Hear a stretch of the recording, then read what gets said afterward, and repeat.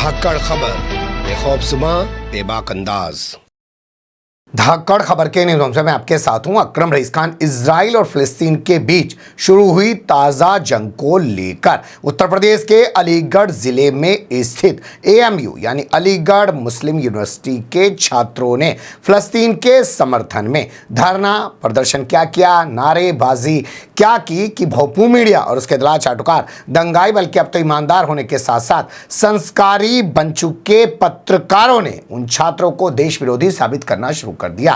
कहने लगे कि सरकार जब इजराइल का समर्थन कर रही है, इजराइल के साथ खड़ी है, तो फिर ये लोग कैसे इजराइल के खिलाफ जाकर फिलिस्तीन का समर्थन कर रहे हैं। बल्कि फिलिस्तीन तो बोल ही नहीं रहे हैं, भोंपू मीडिया वाले सीधे तौर पे हमास बोल रहे हैं और हमास को सीधे तौर पे आतंकवादी बोल रहे हैं, यानी कि आतंकवादी संगठन हमास का समर्थन कर रहे हैं AMU के छात्र। ये बवाल मचाना मीडिया ने कल से शुरू कर रखा है। ये मामला अभी तक रुका भी नहीं था। अब इसमें एंट्री हो गई है असदुद्दीन ओवैसी की। जी हाँ, असदुद्दीन ओवैसी ने आज अपनी प्रेस कॉन्फ्रेंस के दौरान फिलिस्तीन का समर्थन किया और इजराइल के खिलाफ मोर्चा खोल दिया। सीधे तौर पे कहा कि जो आज की सरकार कह रही है कि इजराइल के साथ खड़ी हुई है, वो याद कर ले अपने दिवंगत प्रधानमंत्री अटल बिहारी वाजपेयी का वो बयान जिसमें उन्होंने फिलिस्तीन का खुल्लम खुल्ला समर्थन किया था और इजराइल को पाठ पढ़ाया था कि जो समझौता हुआ है वो उस पर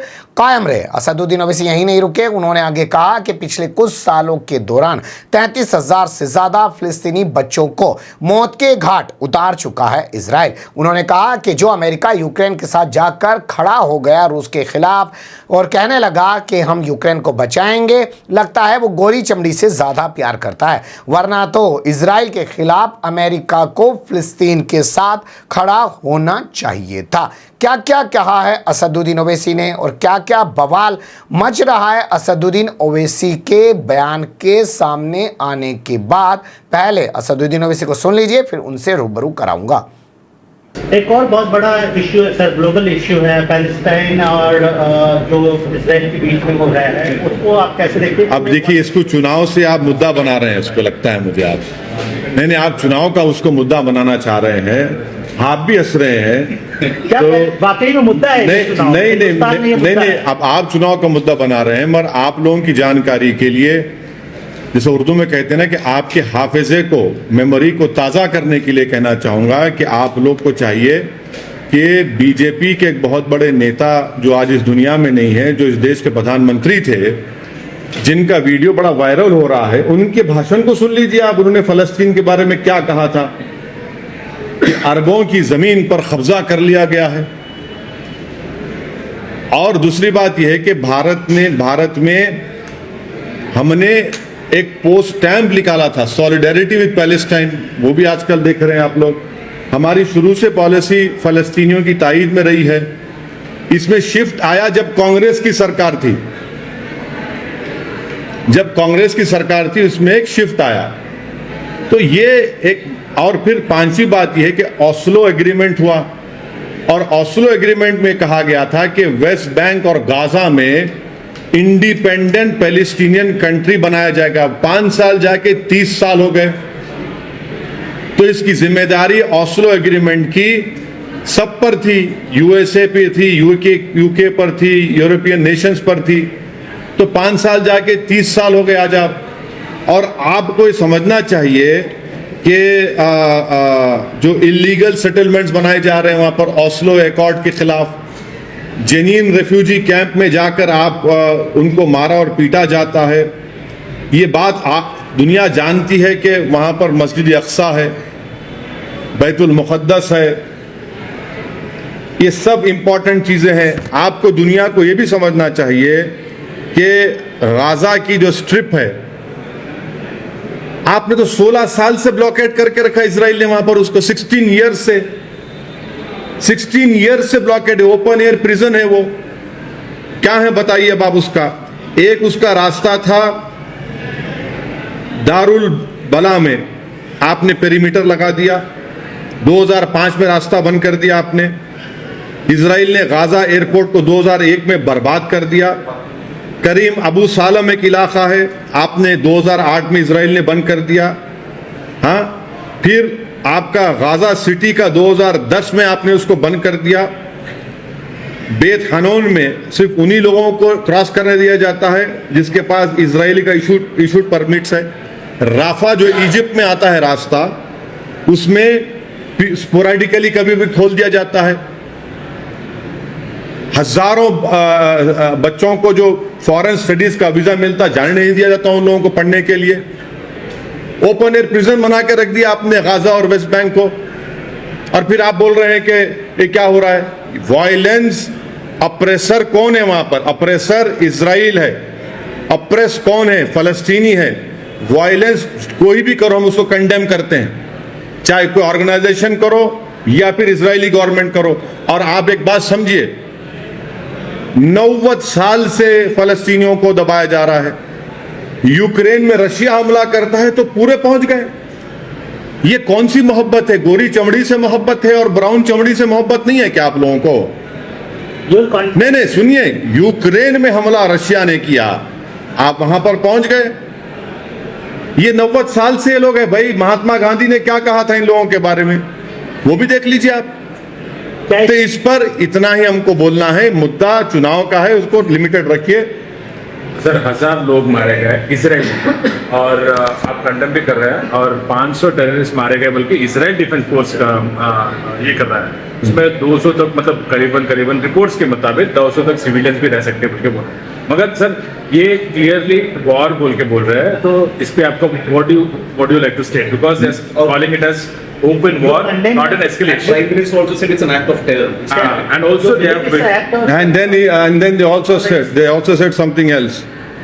आपको मैं बताना चाह रहा हूं कि 90 साल में कितने फलस्तीनी मारे गए, कितने बच्चे मारे गए, कितने लोग जेलों में हैं।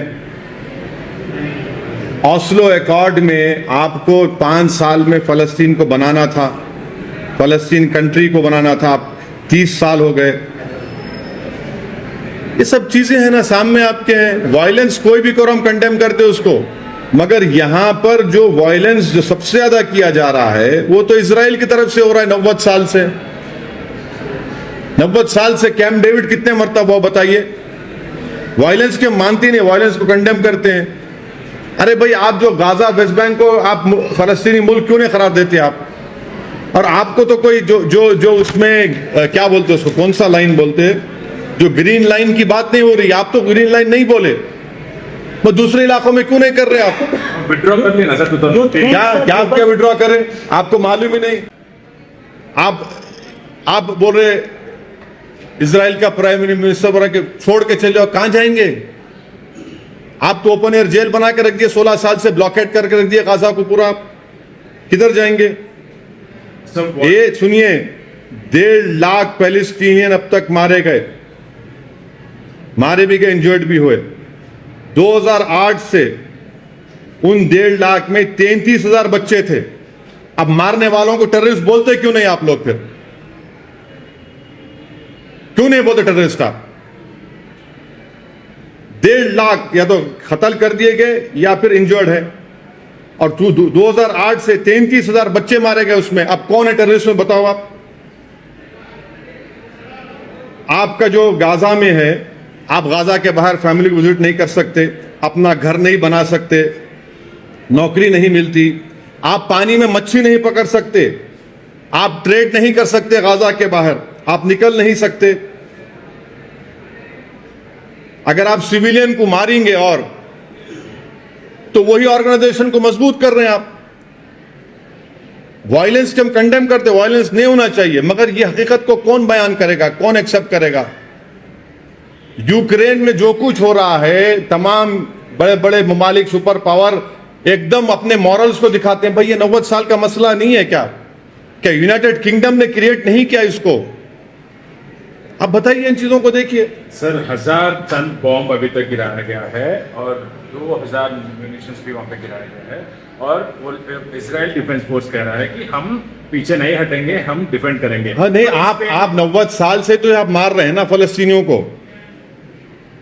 1.5 लाख फलस्तीनियों को आपने या तो जान से मार दिया उनको, या इंजर्ड किया। 2008 से 33,000 फलस्तीनी बच्चों को आपने उनकी जान ले ली, उसका क्या बोलेंगे? आप क्या बोलेंगे उसको?